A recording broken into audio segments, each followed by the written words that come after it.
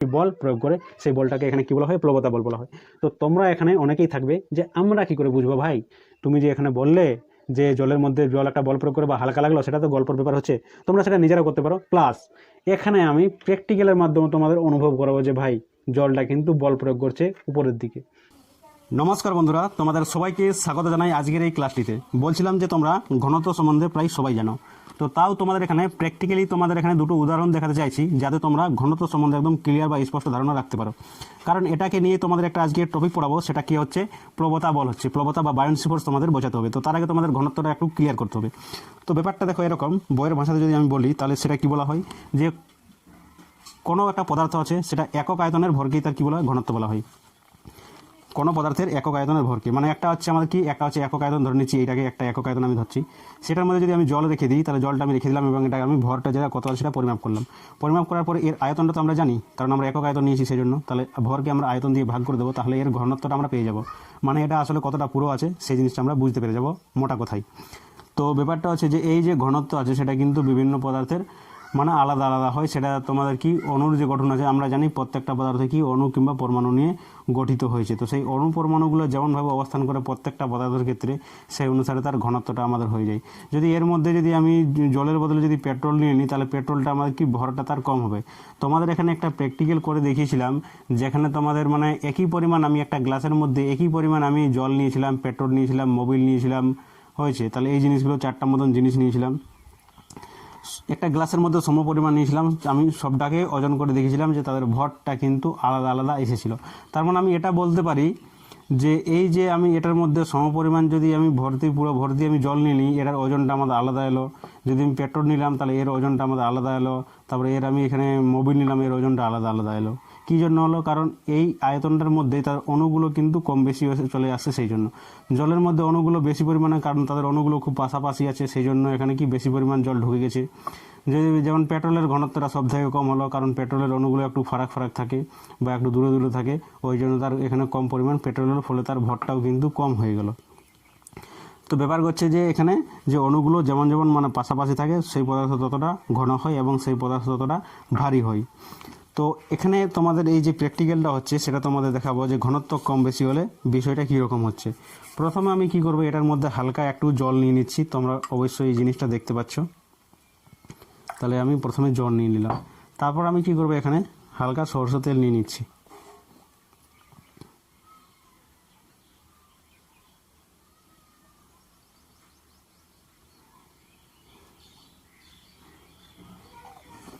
সরষের তেল নিলাম, এরপর এখানে কি করব, পেট্রোল নিয়ে নিচ্ছি হালকা।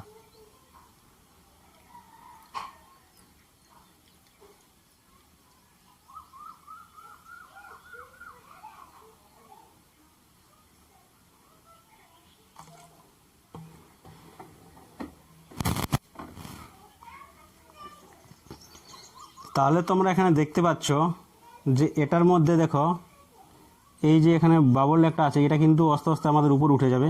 তোমরা এখানে কেমন করে দেখায় জিনিসটা, এইরকম করে দেখো, এখানে খুব একটা পাতলা লেয়ার তৈরি হয়েছে আমাদের সরষে তেলের। সরষে তেলটা আমাদের এখানে মাঝের মধ্যে তোমরা দেখতে পাচ্ছ, আর তার উপরে আমাদের কী আছে, পেট্রোলটা আছে, ঠিক আছে। আর এখানে কী আছে, সব থেকে নিচে আমাদের কী জলটা আছে। তাহলে এখান থেকে আমরা বুঝতে পারলাম যে যে পদার্থের যতটা ঘনত্বটা বেশি হয়, সেই পদার্থ ততটা নিচে থাকে, মানে সেই পদার্থ ততটা ভারী হয়। তো সেই হিসাবে আমরা দেখতে পাই পেট্রোলটা সব থেকে হালকা আছে, ওই জন্য সেটা সব থেকে উপরে আছে। তাহলে এই জিনিসটা তোমরা এখানে দেখলে। এরপর তোমাদের এখানে আরেকটা জিনিস দেখাচ্ছি, সেটা তোমরা এইখানে দেখো। এই যে আছে গ্লাসের মধ্যে কি রেখেছি আমি, গ্লাসের মধ্যে একটা আলু রেখেছি, তার মধ্যে কি আছে, জল আছে। তো এখানে দেখো জলের যে ঘনত্বটা সেটা কিন্তু কম আছে, আলুর ঘনত্বটা এখানে বেশি আছে, ওই জন্য আলুটা কিন্তু নিচে ঢুকে বসে আছে। ঘনত্বটা তার বেশি থাকার জন্য, মানে সেটা ভারী আছে জলের থেকে, ঠিক আছে। এরপর এখানে আমি কি করব, এখানে যদি আমি লবণ মিশিয়ে যদি জলের ঘনত্বটা কোনো প্রকার আমি বাড়িয়ে দিই, তাহলে কী হবে, জলের ঘনত্ব বেশি হয়ে যাবে, মানে জলটা নিচে থাকবে আর আলুটা কিন্তু উপর উঠে যাবে। সেটা তোমরা দেখতে পাবে, এই ঘনত্বর এটা হচ্ছে খেল। তো এরপরে দেখো এখানে লবণ যদি আমি মিক্স করি, তাহলে লবণটা যেহেতু ঘনত্ব বেশি আছে, ওই জন্য লবণটা প্রথমে নিচে যাবে, মিক্সার হবে, মিশে যাবে, সলিউবল হবে। সেটা ভালো জিনিস বটে, কারণ জলের মধ্যে সেটা সলিউবল হয় লবণটা। এখানে কিন্তু আলুটা সলিউবল হবে না, ঠিক আছে। যদি সলিউবল হয়, অনেক পচে গিয়ে ঢের দিন রাখার পর হবে, সেটা আলাদা ব্যাপার। কিন্তু ব্যাপার হচ্ছে এইখানে লবণ যেটা সেটা তাড়াতাড়ি সলিউবল হবে। আর সলিউবল হয়ে এই জলের যে জায়গাগুলো আছে সেখানে ভর্তি হয়ে যাবে, আর জলের ঘনত্বটা ওভারঅল করে নিয়ে সরমট করে নিয়ে গড়ে কিন্তু বাড়িয়ে দেবে, যার ফলে কিন্তু এই জলটা নিচে থাকবে, আলুটা উপর উঠে যাবে। তার তুলনায় দেখো এই যে আমাদের এখানে মার্বেলের একটা গুটি আছে, তোমরা দেখতে পাচ্ছ কাঁচের গুটি বলে এটাকে, ছোটোবেলায় খেলতাম আমরা। তো এটার ঘনত্বটা কিন্তু আলুর থেকেও বেশি আছে, ঠিক আছে, মানে এর অণুগুলো খুব পাশাপাশি একদম ছোটে ছোটে ঢুকে আছে, ওই জন্য এর ঘনত্বটা বেশি আছে। তাহলে এটাও আমি এর মধ্যে দিয়ে দিলাম, তাহলে এটাও নিচে চলে গেল। এরপর আমি কি করব, ঘনত্বটা কিন্তু বাড়াবার চেষ্টা করবো এর।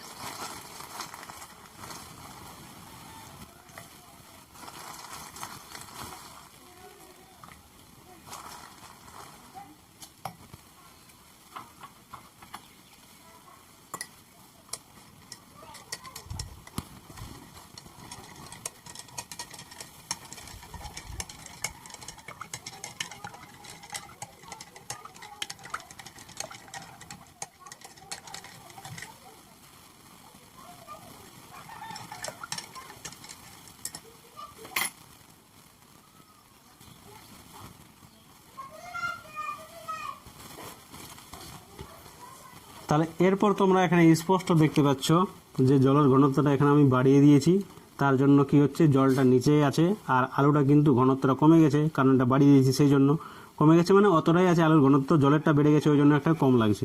তার মানে দেখো আলুটা আমাদের উপরে চলে আসছে। এরপর এখানে দেখো মার্বেলের যে গুটিটা আমি তলায় দিয়েছিলাম, এই যে তোমরা এখানে দেখতে পাচ্ছ তলায় যে দেখো হালকা করে দেখা যাচ্ছে, তো সেই গুটিটা কিন্তু এখনও আমাদের নিচে আছে, কারণ এর ঘনত্ব যেটা সেটা অনেক বেশি আছে। এই লবণ মেশিয়ে কিন্তু এটাকে আর উঠানো যাবে না, বুঝতে পেরেছো? এখানে আলুটার ঘনত্বটা কিন্তু কমে গেল। উঠানো যাবে যদি এর ঘনত্বটা, জলের ঘনত্ব খুব বাড়িয়ে দিই, এতটাই বাড়িয়ে দিই তোমাদের মনে হতে পারে যেটা লবণ গুলে গুলে পুরো জলটাকে কঠিন বানিয়ে দেবো, এরকম একটা হতে পারে, ঠিক আছে। তো ওই জন্য ওটা করা যাবে না এখন। তাহলে তোমরা এখানে বুঝতে পারলে ঘনত্ব অনুযায়ী কিন্তু এইগুলো আমাদের উপর নিচে হয়।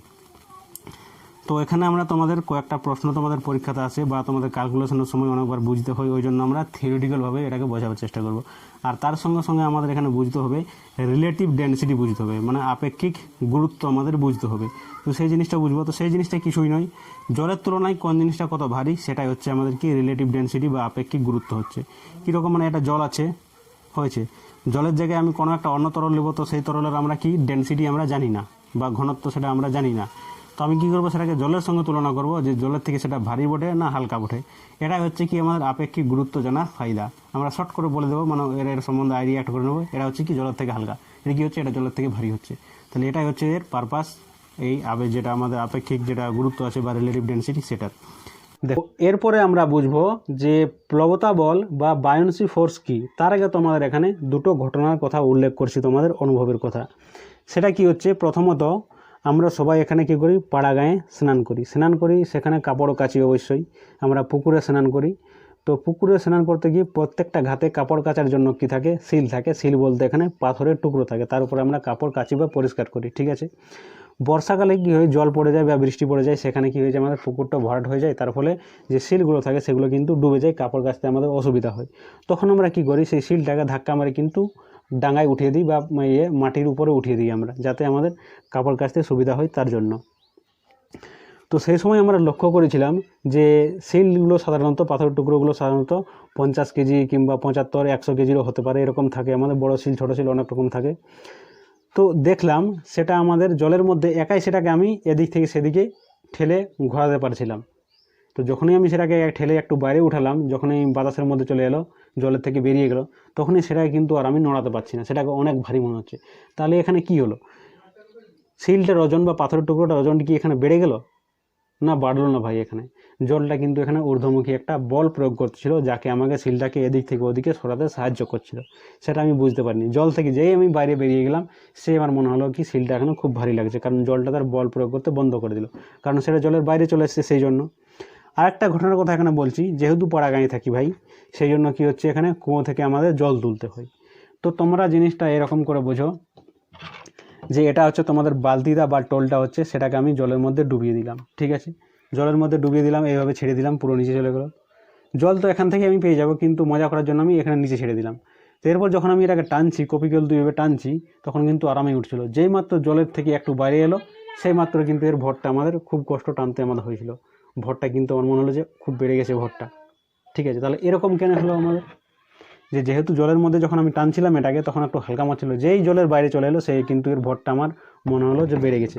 তো এই যে এখানে ভরটা হালকা কমে যাচ্ছে জলের মধ্যে ডোবানোর ফলে কোনো বস্তুকে, তো সেইটাই হচ্ছে কি এখানে প্লবতা বল হচ্ছে। তো প্লবতা বল কাকে বলবো, এখানে আমরা কোনো বস্তুকে তরলের মধ্যে বা গ্যাসের মধ্যে মানে বলবো যে প্রবাহীর মধ্যে সম্পূর্ণভাবে বা আংশিকভাবে নিম্নজিত করলে সেই তরলটি বস্তুটির উপরে একটি ঊর্ধ্বমুখী বল প্রয়োগ করে, এই বলটাকে কি বলা হয় আমাদের প্লবতা বল বলা হয় বা বায়োন্সি ফোর্স বলা হয়।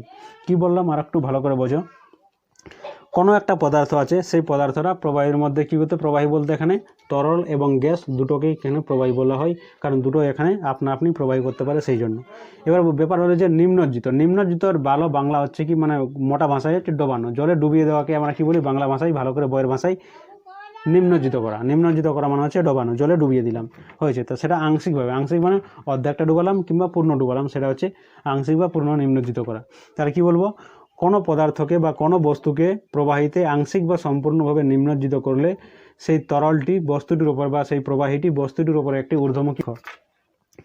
এখানে একটা বস্তু আমি কি করেছি, একটা কাঠির মধ্যে বা এখানে এর মধ্যে একটা বেঁধে রেখেছি, একটা ইটের টুকরো এখানে বেঁধে রেখেছি। তোমরা এখানে এই জিনিসটা লক্ষ্য করো যে এইখান থেকে আমি সাইডে একটু ধরে রেখেছি হয়েছে। তো এটাকে দেখো স্পষ্ট আমি এখানে জলের মধ্যে এখানে আরামসে এখানে ঘোরাতে পারছি এটাকে, ঠিক আছে, ঘোরাতে পারছি এদিক থেকে এদিকে সে নড়চড় করতে পারছি আমি। কিন্তু এটার মধ্যে একটু লক্ষ্য করবে কতটা কিন্তু এর বেন্ডিংটা এখানে লক্ষ্য করবে। যেই মাত্র জলের ওপরে আমি উঠাবো এর কিন্তু ভরটা বেড়ে যাবে। কী জন্য বেড়ে যাবে, এখন জলে আছে সেই জন্য জলটাকে সামলে রেখেছে, তুলে রেখেছে। যেই মাত্র জলটা ছেড়ে দেবে একে সেই মাত্র ভরটা এর বেড়ে যাবে। কী জন্য বেড়ে যাবে, কারণ জলটা বল পুরা বন্ধ করে দেবে উপর তুলে নিতে। তাহলে এটা উপর তুলে নিচ্ছি, এখানে তোমরা লক্ষ্য করো, দেখো এর বেন্ডিংটা দেখো কতটা কিন্তু ভেঙে গেল, এতটা কিন্তু আমাদের কি বেঁকে গেল, এমনকি এখানে ভেঙেও গেল। কী জন্য ভেঙে গেলো ভাই, এর ভরটা কিন্তু বেড়ে গেল, আপাতভাবে বেড়ে গেল। কী জন্য, কারণ জলে যখন ছিল জলটা বল প্রয়োগ করছিল ওই জন্য সেটা হালকা হয়ে গিয়েছিল। যখনই সেটা জলের বাইরে চলে এলো অটোমেটিকভাবে যতটা ভর ছিল এর নর্মাল ভরে চলে এলো, তার ফলে এর কী হলো, এটা ভেঙে গেলো এখানে। তার মানে জলটা এখানে প্রমাণ হলো যে জলটা এখানে বা প্রবাহীটা এখানে বল প্রয়োগ করছিল। তো এটাও তোমাদের সন্তুষ্ট হলো না ভাই, যে না একটা অন্য উদাহরণ আমরা দেখব।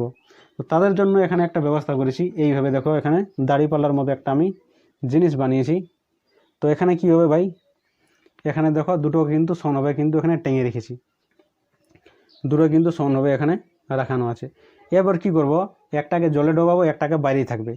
জলটা যেহেতু এখানে আমি বলছি যে বল প্রয়োগ করছে, তাহলে যদি জলটা বল প্রয়োগ করে তাহলে এটাকে একটু তুলে দেবো ওইদিকে, এদিকে একটা উঠে যাবে, এদিকটাকে নেমে যাবে, কারণ এটা ভারী হয়ে যাবে। তাহলে দেখো যেই মাত্র জলে এটাকে ছোঁয়ালাম আমি, সেই মাত্র জলটা ধাক্কা দিল, ওই জন্য জলটা একটু উপরে তুলে দিল একে, ওই জন্য এটা কী হলো, নিচে নেমে গেলো, পুরো ডাউন হয়ে গেলো, এটা পুরো ব্যান্ড হয়ে গেলো। তোমরা বলে না এদিকটা একটু ব্যালেন্স হলো, আনব্যালেন্স সেই জন্য হলো। এক কাজ করছি, এটাকে ঘুরে নিয়ে দিয়ে করে দিচ্ছি। তাও দেখো কী করবে, জলটা বল প্রয়োগ করছে সেই জন্য এটাকে তুলে রাখবে। যেমন এটাকে যদি আমি বল প্রয়োগ করি তাহলে কী হলো, জলটা এদিকে নেমে গেলো, পুরো এইটা এদিকে পুরো নেমে গেলো। আর যদি এই জলটা এদিকে বল প্রয়োগ করছে তার মানে কি, এটা পুরো এটাকে উঠিয়ে দেবে, এটাকে পুরো নেমে যাবে এটা। তাহলে এখান থেকে প্রমাণ হয়ে গেল ভাই যে জলটা একটা বল প্রয়োগ করছে, সেই বলটাকে বলা হয় আমাদের কি, প্রবতা বল বলা হয়। তাহলে এরপর দেখো যেটা তোমাদের পরীক্ষাতে জিজ্ঞেস করে, পরীক্ষাতে তোমাদের এখানে কি বলবে দেওয়া থাকলে, তোমরা বলবে যে কোনো পদার্থের একক আয়তনের ভরকেই ঘনত্ব বলে। কি বলবে, কোনো পদার্থের একক আয়তনের ভর কী বলা হয়, ঘনত্ব বলা হয়। আর ঘনত্ব সমান এখানে তোমাদের কি আছে, ভর বাই আয়তন তোমাদের দেওয়া আছে। তোমাদের এখানে অনেক সময় প্রশ্নতে জিজ্ঞাসা করতে পারে যে একটা কন্টেনার তোমাদের এখানে দিয়ে দেওয়া হয়েছে, দিয়ে এখানে আয়তন বলে দেবে তোমার, এর ভরটা তোমাদের এখানে প্রথমে বলে দেবে যে ভর কত আছে, তারপর তোমার দৈর্ঘ্যপ্রস্থ দিয়ে দেওয়া থাকে, সেখানে তোমাদের আয়তনটা বার করতে হতে পারে। আয়তন বার করার ফলে তোমরা কী করবে, এই সূত্রটার মধ্যে এখানে বসাবে এবং তোমরা এখানে ঘনত্বটা কী, ঘনত্বটা তোমরা এখানে পেয়ে যাবে, যে ভর বা আয়তন সমান ঘনত্ব তোমরা এখানে পেয়ে যাবে। বা এটাও হতে পারে যে তোমাদের ঘনত্ব দেওয়া আছে, আয়তন দেওয়া আছে, তোমাদের ভরটা বার করতে বললে এরকম হতে পারে, তিনটার মধ্যে যে কোনো একটা, দুটো দেবে আর একটা জিজ্ঞেস করবে তোমাদের, হয়ে গেছে। এরপর এখানে মাত্রা জানবো আমরা, মাত্রা সমান কী হচ্ছে, এর মাত্রীয় সংকেত বলে। ঘনত্ব যেটা আছে, ঘনত্বকে আমরা রো দ্বারা প্রকাশ করি, ভরকে আমরা এম দ্বারা প্রকাশ করি মাস, আর আয়তনকে আমরা ভলিউম বা ভি দ্বারা প্রকাশ করি। তাহলে দেখো মাত্রা সমান কি হচ্ছে এখানে, যে ভলিউম, এই যে ঘনত্ব সমান হচ্ছে মাস বাই ভলিউম হচ্ছে, তার মানে মাসের জন্য আমরা কি, ভরের জন্য আমরা এম, যেটা ইন্ডিকেশন আছে মাত্রার সেটা আমরা কি এম ব্যবহার করি, আর এল এর জন্য দৈর্ঘ্যের জন্য আমরা এখানে ভলিউম। ভলিউম মানে কি, আসলে দৈর্ঘ্য হচ্ছে, এখানে প্রস্থটার একটা দৈর্ঘ্য, দৈর্ঘ্যটার একটা দৈর্ঘ্য, আর উচ্চতার একটা হচ্ছে দৈর্ঘ্য, সেই জন্য এখানে কি হচ্ছে, এল কিউ হচ্ছে। তার মানে মাত্রা চলে এলো আমাদের এম এল টু দি পাওয়ার -3, এটা থার্ড ব্র্যাকেটের মধ্যে রাখবে। তো এগুলো হয়ে গেলো। এরপর আসছি আমরা এককে, সিজিএস হোক বা যে ঘনত্ব কত। যেমন আমরা 1 কেজি আলু কেনার সময় বলি যে 1 কেজি আলুর ওজন কত, তার মানে কেজিটা হচ্ছে এখানে একক, বা 1 মিটার কাপড় তার মানে মিটারটা হচ্ছে এখানে একক, সেরকমই এখানে কতটা আমাদের পুরো আছে সেটা এককটা হচ্ছে কি সিজিএস পদ্ধতিতে আছে, এসআই পদ্ধতিতে। সিজিএস পদ্ধতিতে আমরা বলি গ্রাম পার ঘন সেন্টিমিটার, যে এতটা আছে, মানে 1 গ্রাম থাকে তাহলে 1 ঘন সেন্টিমিটার জায়গার মধ্যে বিষয়টা আছে বা জিনিসটা আছে। 1 কেজি যদি হয় তাহলে 1 কেজির মধ্যে আমাদের থাকবে যে 1 কেজি যদি আমাদের জল থাকে তাহলে 1 কেজি ঘনমিটার মধ্যে এরকম করে হয় ব্যাপারটা থাকে। তো এখানে আমাদের জলের ঘনত্ব দেওয়া আছে আমাদের। তাহলে জলের ঘনত্ব বলতে কি এখানে আমাদের 1 মিটার কিউব, মানে একটা বক্স যদি আমরা বানানো হয় তাহলে বক্সটা থাকবে আমাদের 1 মিটার কিউবে, সেই 1 মিটার কিউবের মধ্যে আমাদের কত 1000 কেজি জল ধরবে। এটা কিন্তু আশ্চর্য হওয়ার কোনো দরকার নাই। তোমাদের এখানে ঘরে বাড়ির উপরে তোমাদের থাকে, বড় বড় ড্রাম থাকে, ট্যাঙ্কি থাকে, জলের ট্যাঙ্কি, সেগুলো তোমরা আন্দাজ করতে পারো। হয়েছে? তাহলে এই জিনিসটা হয়ে গেল। আর তারপরে এখানে এই জিনিস হয়ে গেল। তো এখানে এখানে 3টা জিনিসের ঘনত্ব কী জন্য লিখেছি, কারণ এটা নিয়ে আমাদের প্র্যাকটিক্যালটা ছিল। এখানে তোমাদের দেখতে পাচ্ছ তোমরা এখানে কত আছে 1000 কেজি আছে পার মিটার কিউব আছে, ঠিক আছে? 1000 কিউব বা পার সিসিও এখানে বলতে পারি। এখানে এককটাও তোমাদের বলতে বলে গেলাম, যেখানে কেজি পার মিটার কিউবও বলতে পারি, এখানে গ্রাম পার ঘনসমীয় বা কি কেজি পার সেন্টিমিটার কিউব আমরা কিউবিক সেন্টিমিটারও বলতে পারি। হয়ে গেল। তাহলে এরপর দেখো এখানে 1000 কেজি আছে পার মিটার কিউব আছে। তো এটার কি ঘনত্বটা বেশি হচ্ছে, তার ঘনত্ব এখানে কি আছে কম আছে, তারপর থেকে এটা সব থেকে কম আছে। তাহলে আমার প্র্যাকটিক্যালটা দেখলাম যে ঘনত্ব পেট্রোলের কম, মানে সেটা সব থেকে উপরে, তারপরে ঘনত্ব একটু বেশি, মানে সেটা একটু নিচে, আর একদমই বেশি সেটা হচ্ছে আমাদের জল, সেটা আমাদের একদমই নিচে ছিল। এরপর আসছি এখানে আমরা গ্যাসের ক্ষেত্রে। এটা যে ঘনত্বটা আমরা এখানে দেখলাম, যতগুলো এখানে ভর বা আয়তন যাই হোক যে জিনিসগুলো আমরা বললাম, এখানে কিন্তু সেরকম আমাদের তাপমাত্রা বা চাপের দরকার হয় না, কারণ তাপমাত্রা এবং চাপ প্রয়োগ করলে কঠিন পদার্থের ক্ষেত্রে আয়তনটা কিন্তু অত বাড়া কমা আমাদের হয় না, খুব কম হয়, কিন্তু সেটাকে অত ধরা হয় না। কিন্তু গ্যাসের ক্ষেত্রে ভাই আমাদের তাপমাত্রার ক্ষেত্রে ধরতে হবে। আমরা যখন গ্যাসের ঘনত্ব বলবো তখন আমাদের তাপমাত্রা এবং চাপ দুটোই বলতে হবে। যদি বলা হয় যে এর ঘনত্ব এত, তো ওটা বললে আমাদের সম্পূর্ণ বলা হবে না, তোমাকে বলতে হবে ভাই কত চাপে, কত উষ্ণতায়, কত এর ঘনত্ব ছিল সেইটা। তো এখানে আমাদের কি দেওয়া আছে, এখানে আমাদের অক্সিজেনের ঘনত্ব দেওয়া আছে, এখানে আমাদের নাইট্রোজেনের ঘনত্ব দেওয়া আছে, এখানে আমাদের কার্বন ডাইঅক্সাইড হাইড্রোজেনের ঘনত্ব দেওয়া আছে। তো এগুলো কিসে দেওয়া আছে আমাদের এসটিপিতে দেওয়া আছে, এসটিপি মেনে চলে, আর এখানে এনটিপি মেনে চলে। তোমরা এখানে কমেন্ট সেকশনে জানাবে যে এসটিপি এবং এনটিপি এর পুরো নামটা কী বটে। তাহলে এখানে কি নির্দিষ্ট এখানে আমাদের উষ্ণতা আছে, চাপ আছে, সেটা কিন্তু এখানে পরিমাপ করা হয় যে ভাই অক্সিজেনের ঘনত্ব হচ্ছে 1.43 কেজি পার মিটার কিউব, নাইট্রোজেনের ঘনত্ব হচ্ছে এত, কার্বন ডাইঅক্সাইডের ঘনত্ব হচ্ছে এত। তো সেটা কত আমাদের একটা নির্দিষ্ট উষ্ণতায় বলা হয়েছে। তোমরা যদি এখানে জানো যে এসটিপি আর এনটিপি কি, তাহলে তোমরা এখানে বুঝতে পারবে যে কত উষ্ণতায় এটা আমি বলছি, আর কত তাপমাত্রা এটা আমি বলছি, যে এদের ঘনত্বটা হচ্ছে এতটা। তাহলে এখান থেকে দেখতে পাচ্ছি আমি সব থেকে হালকা হচ্ছে কি আমাদের হাইড্রোজেন হচ্ছে। তোমরা বাজারে গিয়ে তোমরা হাইড্রোজেন বেলুন কিনেছো, যেগুলো কিন্তু সেই ছেড়ে দিলে উপর দিকে উঠে যায়, এবং এরপর উপর দিকে উঠে যায়, লাস্ট পর্যন্ত আমরা দেখতেও পাই না যে বেলুনটা কোথায় গেল। তো হয়েছে, তো সেখানে কি হাইড্রোজেন গ্যাস ভরা থাকে, হাইড্রোজেন গ্যাস বাতাসের থেকে হালকা, সেজন্য কি হয় এখানে সবগুলো থেকে হালকা, অক্সিজেন থেকে হালকা, নাইট্রোজেন থেকে হালকা, কার্বন ডাইঅক্সাইড থেকে হালকা, ওই জন্য সেটা সব উপরের দিকে উঠে যায় হালকা, মানে ঘনত্ব কম হওয়ার জন্য। এখানে ঘনত্ব কম কথার মানে হচ্ছে কি তার ভরটাও কিন্তু কম হয়ে যাবে, ঘনত্ব কম হলে ভরটাও কিন্তু কম হয়ে যাবে। তাহলে সেটা গ্যাসের মধ্যে হলো, তাহলে তরলের মধ্যে আমরা এখানে প্র্যাকটিক্যাল করে আমরা দেখালাম যে ঘনত্বটা কম হলে কী হচ্ছে সেটা উপরে থাকছে। সেরকম বাতাসের ক্ষেত্রেও আমাদের হচ্ছে, বাতাসটা এক ধরনের প্রবাহী হচ্ছে, বাতাসের ক্ষেত্রে হচ্ছে কি বেলুনটা এখানে ঘনত্ব কম হয় জন্য সেটা উপরে উঠে যাচ্ছে, সেটা তোমার বাতাসের মধ্যেও জিনিসটা হয়। তাহলে সেটা তোমরা এই জিনিসটা বুঝতে পারলে। এরপর এখানে আমাদের জানতে হয় কি রিলেটিভ ডেন্সিটি বা জানতে হয়, বা আপেক্ষিক ঘনত্ব বা আপেক্ষিক গুরুত্ব জানতে হয়। সেটা কী জন্য জানতে হয় একবার সংজ্ঞাটা তোমাদের পড়ে দিচ্ছি, কারণ পরীক্ষাতে তোমাদের এটাই জিজ্ঞেস করবে। এখানে কি আছে আমাদের কোনো নির্দিষ্ট তাপমাত্রায় বলবে কঠিন বা তরল পদার্থের ঘনত্ব এবং 4 ডিগ্রি উষ্ণতায় জলের ঘনত্বের অনুপাত যেটা আছে সেটাকে বলা হয় আমাদের কি আপেক্ষিক গুরুত্ব বা রিলেটিভ ডেন্সিটি বলা হয়। মানে এখানে কি বলা হয় পদার্থের ঘনত্ব,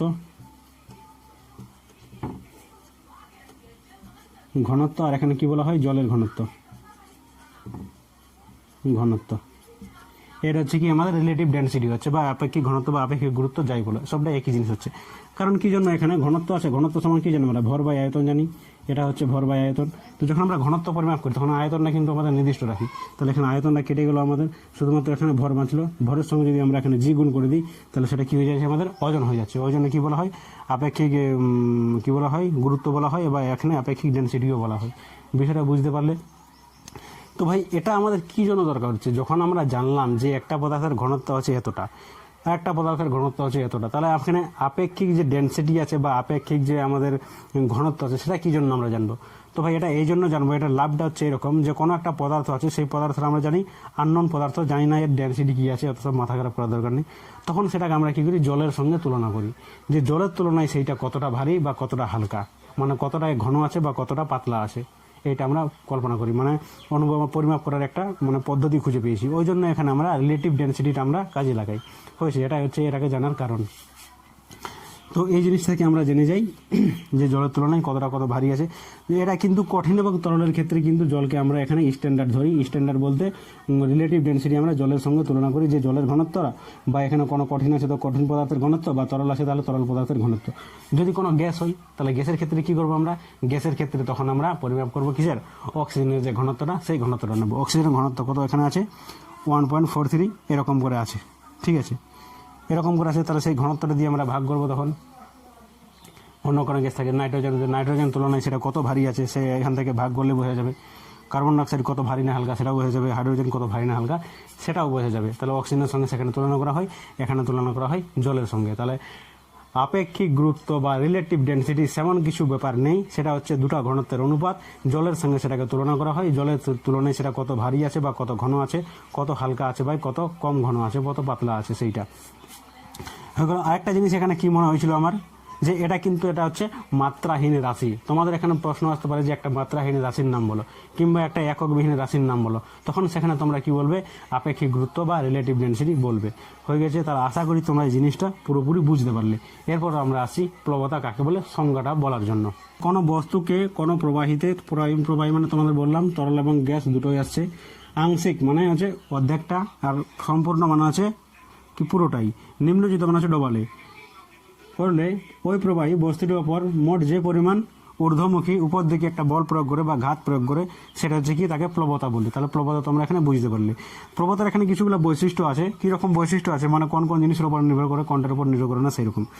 তো তোমরা এখানে দেখো নিম্নজিত অংশের আয়তনের উপর, কতটা অংশ সে ডুবে গেছে তার উপরে নির্ভর করে অবশ্যই, কারণ যতটা সে যতটা আয়তনকে সে করবে, ততটা আয়তন নিয়ে ডুববে, অতটাই সে উপর দিয়ে কিন্তু বল প্রয়োগ করবে তরলটা।